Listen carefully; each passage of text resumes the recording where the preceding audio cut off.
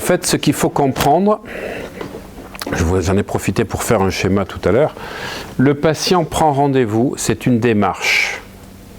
Et il vient avec une demande, des fois précise, mais elle n'est pas précise. Je veux mincir de 10 kilos, ce n'est pas une démarche précise de mincir 10 kilos, parce que derrière, il y a plein de choses qu'il y a.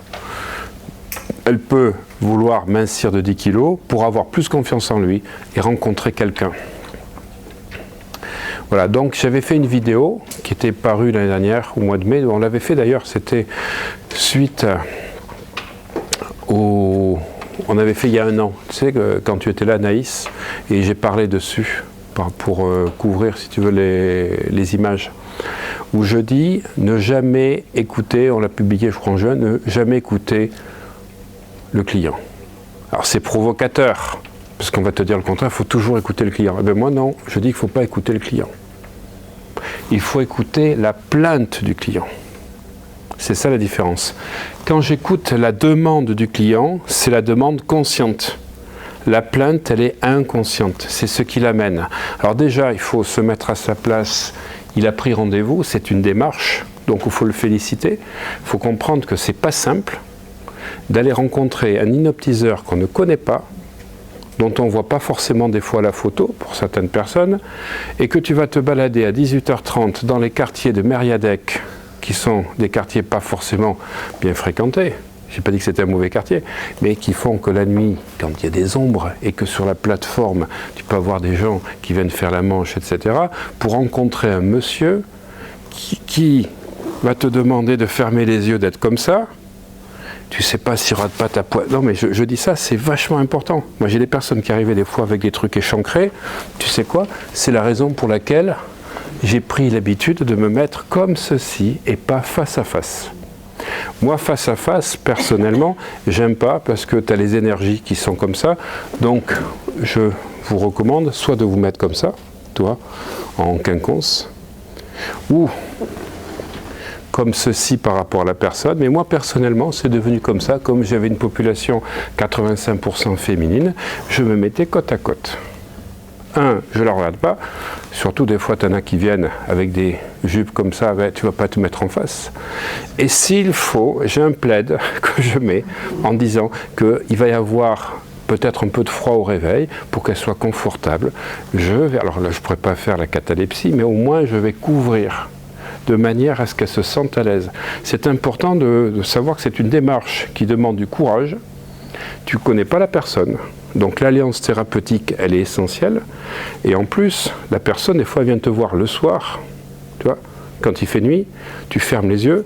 Et moi, en journée, de toute manière, je suis dans l'obscurité. C'est-à-dire que je mets juste une petite lampe bleue. Mais la personne, je cherche d'avoir... Je ne suis pas dans le jour. Je ne suis pas comme ça. C'est comme si on éteignait la lumière. Donc ça s'est toujours bien passé, j'ai eu aucun problème parce que je prends conscience dans l'intention que la personne est courageuse. C'est une démarche qui nécessite du courage, je ne me mets pas en position haute, je cherche son bien-être et je me mets comme ceci parce que par contre je vais faire une synchronisation le plus possible au niveau du corps. Alors c'est un fauteuil qui peut changer, donc là je ne vais pas me mettre comme ceci par rapport à là, mais le fait d'être côte à côte, c'est pas parce que tu es en synchro que ça t'absout du fait d'être tout le temps comme ceci. Tu vas attraper un torticolis, parce que si tu regardes là tu perds le contact visuel. Donc je suis tout le temps comme ça. Alors on va dire plutôt un peu comme ça, mais si tu veux, c'est parce que je prends conscience que la personne qui vient me voir, il faut qu'elle soit dans le confort et la sécurité maximale. Si elle se sent observée, épiée, déshabillée par des choses qui ne sont pas forcément de mon fait, mais qui sont malheureusement des choses qui sont des mémoires en elle ou des expériences qu'elle a eues. Et je vais vous donner une expérience d'une personne quand on l'a fait au mois de décembre, quand on fait les régressions à la cause. J'ai un protocole qui, pour aller chercher des souvenirs qui sont significatifs, mais oubliés, qui sont importants pour la personne. On a notre protocole qu'on avait fait avec Naïs le mercredi soir, c'est qu'elle avait filmé.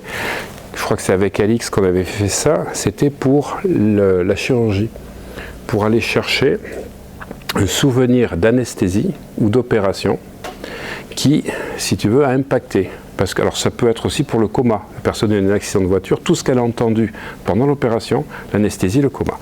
Et cette personne-là, qu'est-ce qui se passe? C'est que pendant l'opération, quand elle est toute nue, tu as les chirurgiens qui sont là, qui disent « Enfoiré, putain, le corps qu'elle a, la salope, etc. » Eh bien, tu sais quoi? Depuis, chaque fois qu'elle croisait des hommes, elle avait l'impression qu'elle était observée et déshabillée du regard. Parce que la conscience, et tu as vu comment ça se passe dans les états SDL qu'on fait, est toujours là. Même quand tu ne peux plus parler, que tu as une anesthésie des cordes vocales, que tu es en catatonie, la personne, elle n'entend même plus, tu demandes d'ouvrir, elle n'entend plus rien, elle ne peut pas, mais sa conscience, elle entend tout. Donc, personnellement, je vous dis ça parce qu'à un moment donné, il faut se mettre à la place de l'autre. Et moi, je mets toutes les dispositions, et je peux te dire en pleine nuit, la nuit, éteint, etc., aucun souci. Quand les gens me disaient, mais il y en a qui disent qu'il faut mettre une caméra pour filmer la séance au cas où il se passe quelque chose, je dis, tu sais, quand tu es dans une intention claire et que tu sais où tu vas et que tu as un objectif de séance et tout, il n'y a pas de séduction, mais c'est toi qui es pro ou qui l'est pas. Déjà, le fait de dire une caméra pour ça, c'est que déjà tu as peur, c'est que quelque part tu n'es pas au clair avec des intentions inconscientes qui sont peut-être cachées et qu'il va falloir nettoyer. Voilà, c'est ça. Donc moi, j'ai jamais eu de soucis.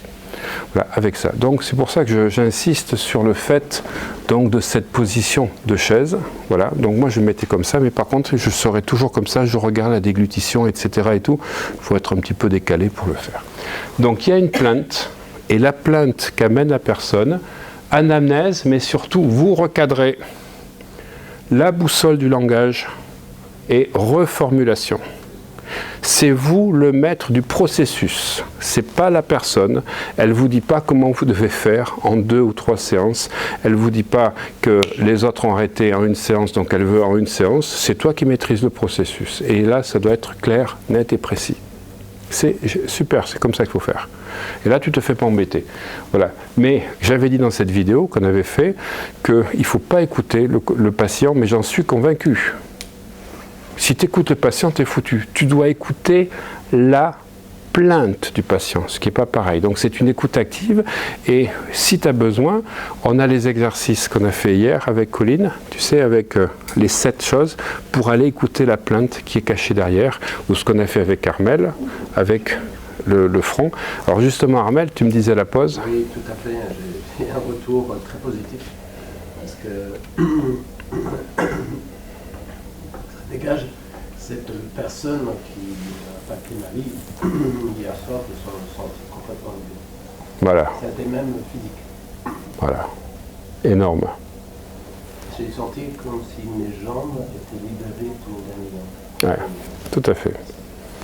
Alors, je reprends ce que tu m'as dit aussi, Pascal. Pascal disait qu'il avait des fois des douleurs quand il courait, et il reprend donc des choses qu'il a vues sur mes vidéos YouTube où je parle du Ho'oponopono, et on en parlera jeudi pour les douleurs, où si tu veux, j'ai une formule, et vous pouvez le noter parce qu'elle marche pour tout, parce qu'une colère ou une tristesse, c'est aussi une douleur qui est émotionnelle. Et il me disait, mais c'est incroyable comme ça marche. Ce matin, la vidéo est passée d'une démo, et j'en avais fait une encore il y a une semaine. C'est incroyable. J'ai une vidéo où j'ai fait passer 5 personnes, elles sont toutes passées de 8, 9 ou 10 à 0. Quoi que ce soit, pardon, guillemets, quoi que ce soit ou qui que ce soit, quoi que ce soit ou qui que ce soit à l'origine de cette douleur, je lui pardonne totalement.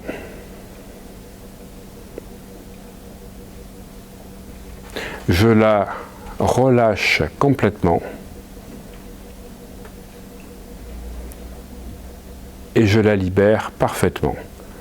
Alors, totalement, complètement, parfaitement, vous le mettez dans le sens que vous voulez. L'important, c'est que tu pardonnes, tu libères et tu relâches. Ou tu pardonnes, tu relâches et tu libères. Je lui pardonne totalement.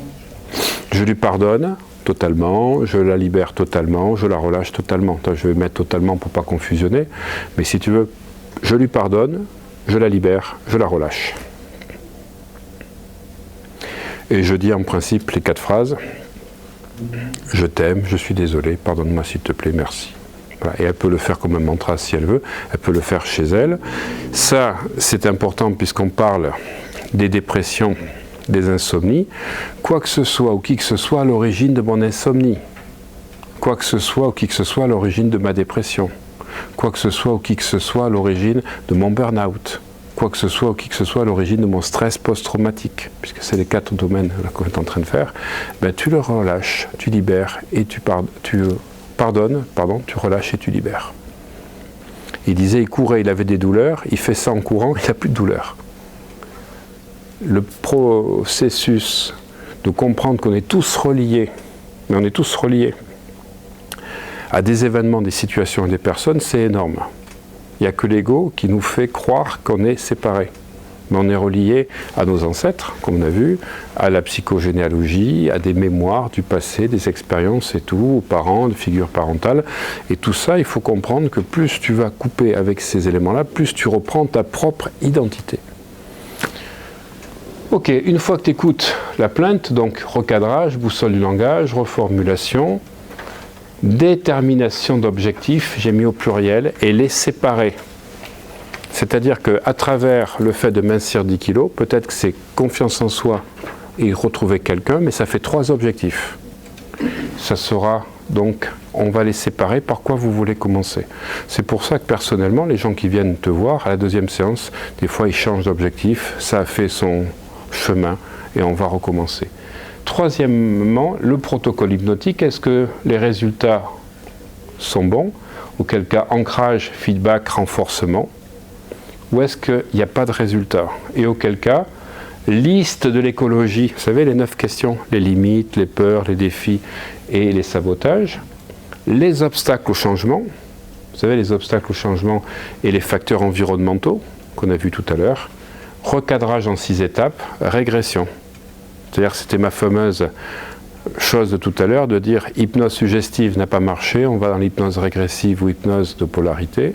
Et bien pareil, liste de l'écologie, obstacles, facteurs, recadrage, c'est-à-dire en fonction des résultats, voilà, je vais aller chercher ce qui se passe. C'est bon? Ça vous parle?